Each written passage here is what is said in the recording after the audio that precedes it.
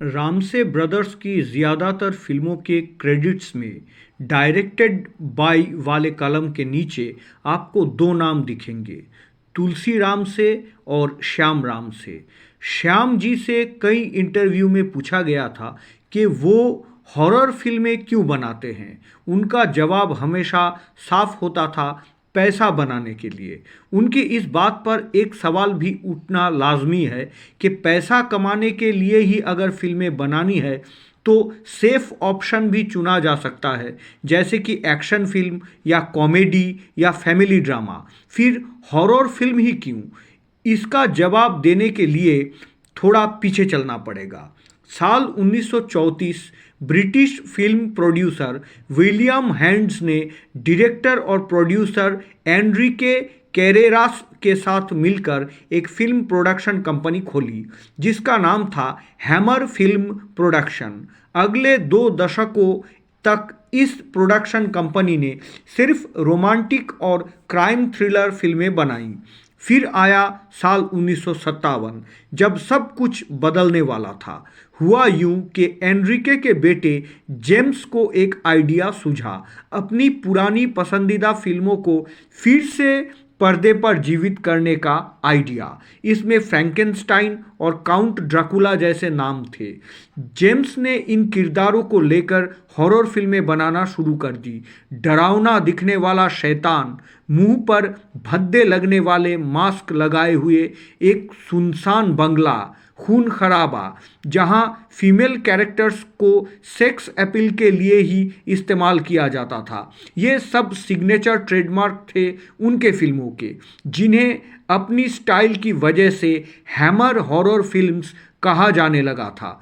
Cinema के लिहाज से ये कोई महान फिल्में नहीं थी, फिर भी उनका इन्फ्लुएंस बहुत गहरा था। लोग उन्हें मज़े के लिए देखते थे। रामसे ब्रदर्स पर भी उनके सिनेमा का गहरा असर पड़ा था। सातों रामसे भाई अपने पिता फतेहचंद रामसे के साथ मिलकर फ्रैंकेनस्टाइन और ड्रैकुला की फिल्में देखते थे। धीरे धीरे ये हैमर हॉरर फिल्म्स ही रामसे यूनिवर्स का आधार भी बना। उन्होंने हैमर से उनके एलिमेंट्स उधार लिए, उनके सब्जेक्ट्स उधार लिए और अपने सिनेमा में उतार दिए। हैमर फिल्म्स की प्रभाव की वजह से रामसे ब्रदर्स ने ऐसी हॉरर फिल्में बनाने का फैसला किया। रामसे ब्रदर्स की फिल्मों का बजट बड़ा टाइट होता था, इसलिए वो बड़े बड़े स्टार्स को अप्रोच नहीं करते थे।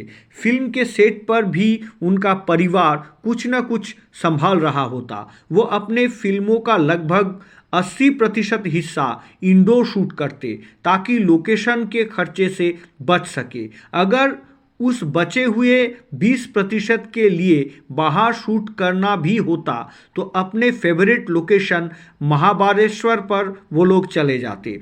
महाबालेश्वर से भी जुड़ा एक किस्सा है जिसकी वजह से श्याम रामसे ने वीराना फिल्म बनाई।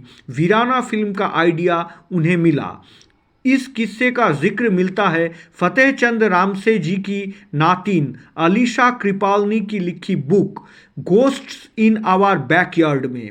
उस किताब में उन्होंने लिखा है, साल 1983 की बात है। महाबालेश्वर में पुराना मंदिर की शूटिंग चल रही थी, जहां लीड में थे मनीष बहल। बतौर लीड ये मनीष की करियर की सबसे सफल कमर्शियल फिल्म थी। खैर, शूटिंग पूरी हुई, पूरा क्रूज वापस मुंबई लौटने के लिए तैयार था, लेकिन फिल्म के को डायरेक्टर श्याम रामसे नहीं। श्याम ने कुछ दिन और वहीं रुकने का फैसला किया, आराम करना चाहते थे। कुछ दिन रेस्ट करने के बाद वे मुंबई के लिए निकल पड़े। रात को अकेले ड्राइव कर रहे थे। एक सुनसान हाईवे पर पहुंचे कि उन्हें एक औरत दिखाई दी। वो लिफ्ट मांग रही थी। श्याम ने अपना गाड़ी रोकी, लिफ्ट ऑफर की और औरत फ्रंट सीट पर आ बैठी। श्याम ने बताया कि उन्होंने उस औरत से बात करने की कोशिश की, लेकिन उसने कोई जवाब नहीं दिया। वो सुंदर थी, लेकिन थोड़ी अजीब थी। श्याम रामसे के मन में एक अजीब सी फीलिंग या अनुभूति जाग उठी। उन्होंने बताया कि उनकी नज़र औरत के पैरों पर पड़ी। देखकर वो हक्के पक्के रह गए। उनके मुताबिक उसके पैर अंदर की तरह मुड़े हुए थे। डर के मारे उन्होंने जोर से ब्रेक लगाया। गाड़ी रुकी। वो औरत उससे उतरी और रात के अंधेरे में कहीं गायब हो गई। श्याम ने किताब में बताया कि उन्होंने बिना कुछ सोचे अपनी गाड़ी भगाई और सीधे मुंबई आकर रुके। बुक में लिखा गया है कि इसी घटना के बाद श्याम रामसे ने फीमेल घोस्ट, जिसे चुड़ैल भी कहा जाता है, उस पर अपनी अगली फिल्म वीराना बनाने की ठानी। श्याम का ये एक्सपीरियंस थोड़ा आयरॉनिकल भी लगता है, क्योंकि उनकी बेटी साशा रामसे ने अपने एक इंटरव्यू में कहा था कि रामसे परिवार का कोई भी सदस्य भूत प्रेत जैसे बातों में विश्वास नहीं करता। हम ये बता दें कि आनंद एंटरटेनमेंट किसी भी तरह के अंधविश्वास को बढ़ावा नहीं देते हैं, इसलिए जिस बुक में घटनाक्रम का जिक्र किया उसका नाम लिया गया है।